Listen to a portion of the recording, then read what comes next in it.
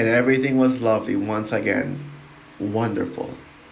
That is basically this movie in a nutshell. Hey guys, this is Frozen Things Theus here, and welcome back to another movie review. And today, I'm gonna be doing a review on Mission Impossible 3.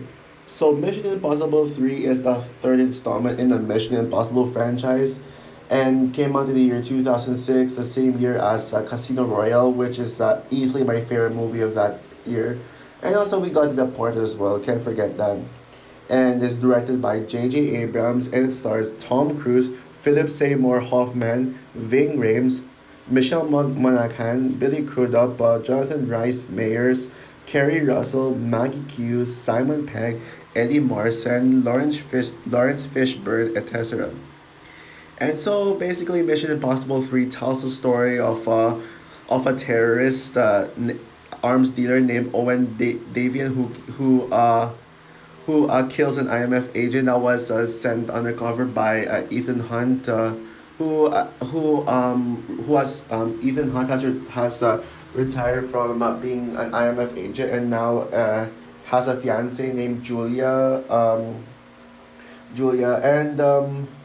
and when Owen Davian captures and threatens to kill Julia, Ethan Hunt must go out of retirement and recruit a new IMF team to be able to track down Owen Davian, who is after this weapon called the Rabbit's Foot, and be able to like stop him from trying to from attempting to kill Julia. Before I get into like overall my feelings toward this movie and some other stuff, I want to talk about a certain director, J.J. Abrams. Yeah, I have some very interesting thoughts about him. I mean, I enjoy most of J.J. Abrams' movies. Like, I kind of feel mixed about J.J. Abrams because at one point he was actually a really good director. In fact, he was actually my favorite director back in the days. Like when I thought about having favorite directors, like before J.J. Abrams was my pick to be my favorite director, I never really had a favorite director back then. So J.J. Abrams was the first one. Well, before it became James Cameron, Christopher Nolan, and other directors, it was J.J. Abrams. Mainly because I love his Star Trek movies, and Force Awakens being my favorite movie back at the time, and all that stuff. JJ was such an interesting man who back then actually made really good movies. Really good movies. Like I just mentioned, the Star Trek movies. And while he didn't really have the best vision for Star Wars: The Force Awakens, it's still a very enjoyable movie. Um, and but my personal favorite J.J. Abrams movie would have to be Super 8. Yeah, I love Super 8. Yeah, sure, maybe the third act was but Super 8 was fantastic. Aside from the third act, Super 8 was such a fantastic movie, and yeah, like, well, I said my personal favorite J.J. Abrams movie. It was like it had a lot of charm to it, and it was just I just love seeing these characters, especially Elle Fanning's character. Um, his character. I'll hopefully I can review Super 8 soon. But for now, let's talk about. Oh yeah, wait. I'm not done talking about J.J. Abrams again. But besides all those great films, and even Star Trek Into Darkness, I personally defend Star Trek Into Darkness. I think I mentioned Star Trek Beyond. Yeah, I meant to say Into Darkness. Yeah, my bad if I said that. But Star Trek Into Darkness is my favorite Star Trek movie. I think it is an underrated gem. Um, underrated gem, and it's really good.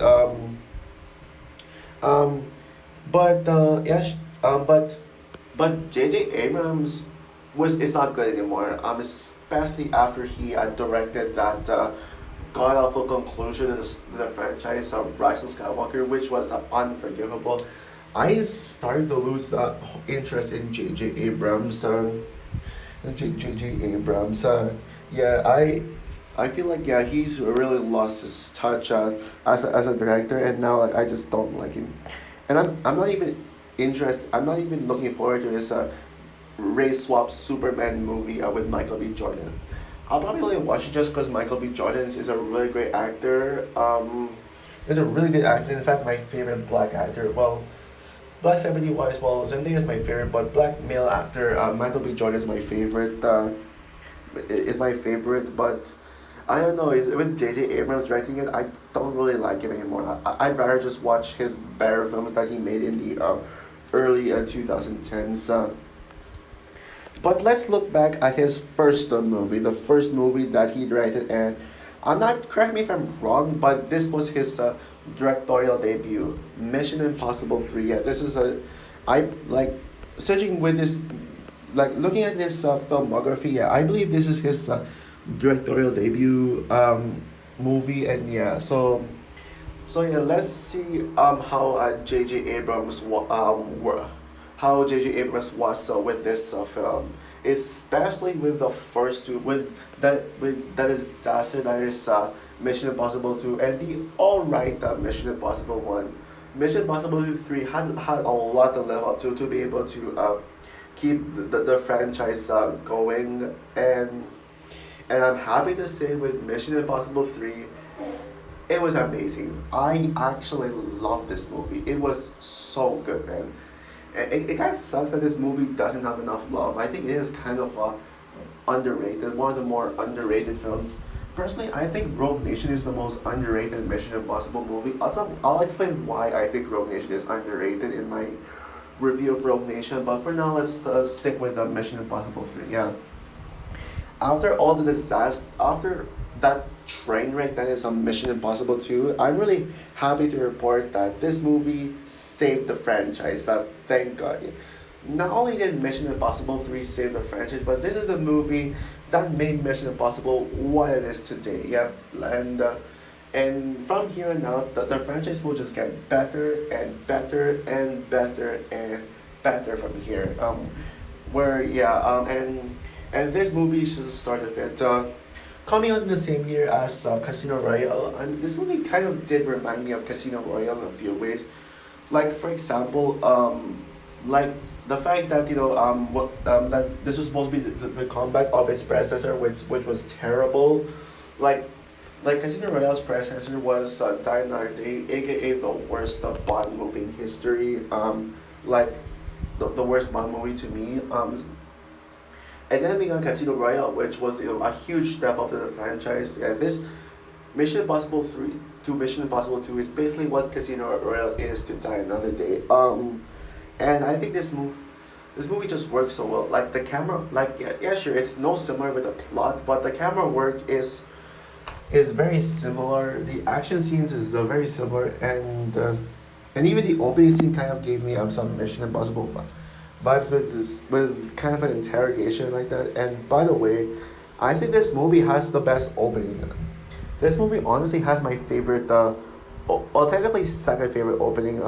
My favorite opening, Mission Impossible opening scene still is Rogue Nation with the plane hang. But besides that, I think this opening scene is really good, and this opening scene is really top notch. It is just intense, amazing, and the movie is also suspenseful. Like it starts off. It already goes hard in the start. Like it went so hard, especially and it kind of started at the middle, and where basically we got the villain Owen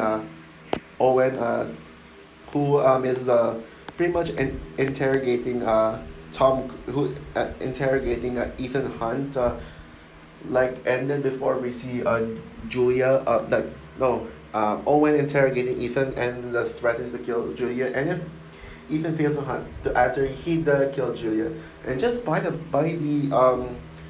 opening scene, it is absolutely scary. Like oh my goodness, you're really just so scared, and that scene alone really leaves you leaves you wondering what is gonna happen, what is going on, and then he says, where is the rabbit's foot, where is the rabbit's foot, and then you're wondering what is the rabbit's foot, what is he want, and then of course we go back to the beginning to develop all these answers, what's going on and who is Julia as well, and we get that with the first half where Um, where the first half is kind of slow paced. I think I was a little bit bored with it, which is one of my criticisms. I'll get to my criticisms later. Yes, I do. And yes, I do have some flaws, but yeah, I was saying yeah, even though the opening scene was really slow, I would say Tom Cruise and Julia does give some really good chemistry, and I like Julia, although I don't really think she's not one of my favorite of the female characters in the franchise. Like I prefer White Widow, the one from the first movie. Who is that again? Claire. Yeah, not as good as White Widow and Claire and Elsa and even Lindsay, who was in the same film. And by the way, Lindsay is my favorite character in this movie for me. Either Lindsay or Benji. Yeah, Benji is also one of my absolute favorite Mission Impossible characters, and it's pretty much both of them. Like either one of them. I'll get to that in a bit, but yeah, they have really good chemistry together. I don't know what happened to both with Ethan and Julia earlier, but I think they do explain in Fallout, but yeah, but they do have a really good chemistry, together, and you kind of do feel it, do feel their strong chemistry together. But and the story is good. I guess it's not.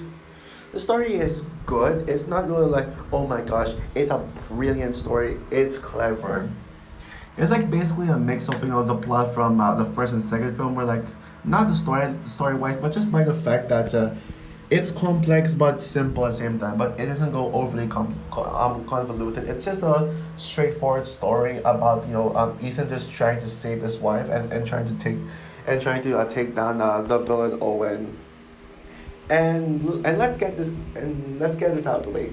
I'm aware of the fact that almost everyone says that Owen is the best Mission Impossible film. Oh, by the way, rest in peace, Philip Seymour Hoffman. Yeah, I know he died like in 2014. Only like at the age of 43. Rest in peace to him. But yeah, let me ask you this question. Do I personally think that Owen is the best Mission Impossible villain? Not really. No, but not really. No. No, not really. I don't agree. He is one of them. He is one of my favorites, but best Mission Impossible villain, no. I would give that to August Walker and Sabine Moret. Yeah, they're my two favorite. I say Sabine is my favorite and August is my second, but um, Owen is an amazing villain. In fact, yeah, one of the standouts of the movie. Um, of the movie. Yeah, in my top five favorite Mission Impossible three characters. Not as good as Ethan, Benji, or Lindsay, but I do like I love Owen. He's such a menacing villain and he's such a fun villain. You can clearly tell that Philip Seymour Hoffman really gives us such an energetic and fun performance. You can tell that he really had so much fun playing the villain role. But this movie is all carried by the action. Like that's pretty much why the story is, well, not that strong. It's not a bad story. It's not a bad story, but it's just mostly carried by the action. And oh my goodness, the action scenes are absolutely intense. Like, wow. I mean, the action scenes really blew me away. Like this is definitely one of the best action in the franchise. Not as good as the later ones, but some of the most insane. Like, well, but there's just so much action. Like this movie, like the entire second and third act is literally non-stop action. Non-stop action throughout, and I mean, wow. I mean, and it really just goes for the intense. The action is well shot, very similar to Casino Royale. And it's just all out intense. And my gosh, Ethan Hunt is ruthless. Is ruthless. I've never seen him this ruthless in the entire franchise. Not even in Ghost Protocol, Rogue Nation, nor Fallout. He does see, although based on the directing trailer, he does look as ruthless as in this film. Like, like you can clearly tell by the directing trailer that Ethan Hunt is going Mission Impossible 3. Is being in his Mission Impossible 3 route where he is super ruthless and angry. and always like angry and all that stuff. And I don't know if people will agree with me on this. Like I don't know, but I personally think that this is Tom Cruise's best performance as Ethan Hunt. Not career best performances. We got Maverick from Top Gun Maverick, but based on this character as Ethan Hunt, I think this is his best performance. Yeah, I mean, I get Harry Thomas's point on saying Tom Cruise is wooden as Blanket. I mean, yeah, he's just basically an action star, and but to me personally, he does always, most of the time, he does give a really good performance as Ethan Hunt. And I love all the times. I love him. In fact, he's one of my favorite actors, and but it's hard for me to imagine anyone not liking his performance. Yeah, I can see him being, some people saying he's a little too over the top here, but his performance, but I mean, his performance is incredible. Like, he just, yeah, but, and I stand by it, that this is his best performance in the franchise. Ethan Hunt, you can clearly see the emotions with Ethan Hunt, like all the ruthlessness he had, like all the anger inside of him just to save Julia, like his anger like towards the others, it is very extreme. In fact, I think this is arguably the most violent Mission Impossible movie. Like, like it doesn't have better action than the next three movies, but I mean it is a lot more violent. Like the action scenes go a lot harder than it did, and yeah, than it did, and but I think the part where I realized where I thought about this being Tom Cruise's best performance can be found in the interrogation scene, which I just thought about earlier. Yeah, you can see Tom Cruise's wide range of emotions from just scared to angry to just feeling sad. Like when he thought that Tom Cruise was being when Ethan thought that Julia was being shot, and then I think which I don't think she is. You can clearly feel his pain and his cry. Yeah, you can really feel that a lot. And even Michelle Monaghan gives such a great performance as Julia. By far, her best performance, way better than her in Pixels. Even though I don't hate Pixels, I think Pixels is a guilty pleasure. I don't like Michelle Monaghan in that movie. She's one of the worst aspects of that film. But yeah, and everyone does give a good performance. Yeah, in fact, I did not expect some of them to be in it. Yeah, there's like some pleasant surprises by actor appearances. Like I did not expect Lawrence Fishburne to be in this one. I think Aaron Paul is in this as well. Like someone mentioned, like yeah, Aaron Paul is in this movie, and I forgot to mention him in the cast list earlier. But yeah, and but yeah, I mean they're all great, and this movie does have a great introduction to Benji, being one of my favorite characters in the franchise, and my favorite Simon Pegg performance. Sorry, Cornetto trilogy. But even with all those amazing praises I give the movie, it's not in 100% perfect. I said a while ago that the first act can be a little slow and draggy at times, but I think my biggest flaw with the movie is the rabbit's foot. Yeah, what exactly is the rabbit's foot? Like there was barely any information about what the rabbit's foot is. We're just what and yeah, it really left the audiences questioning what the rabbit foot is. And I know that this movie has more action and storytelling, and while this had a pretty decent, pretty solid story, I just wish they explained to us what the rabbit's foot is. But that's pretty much all my flaws.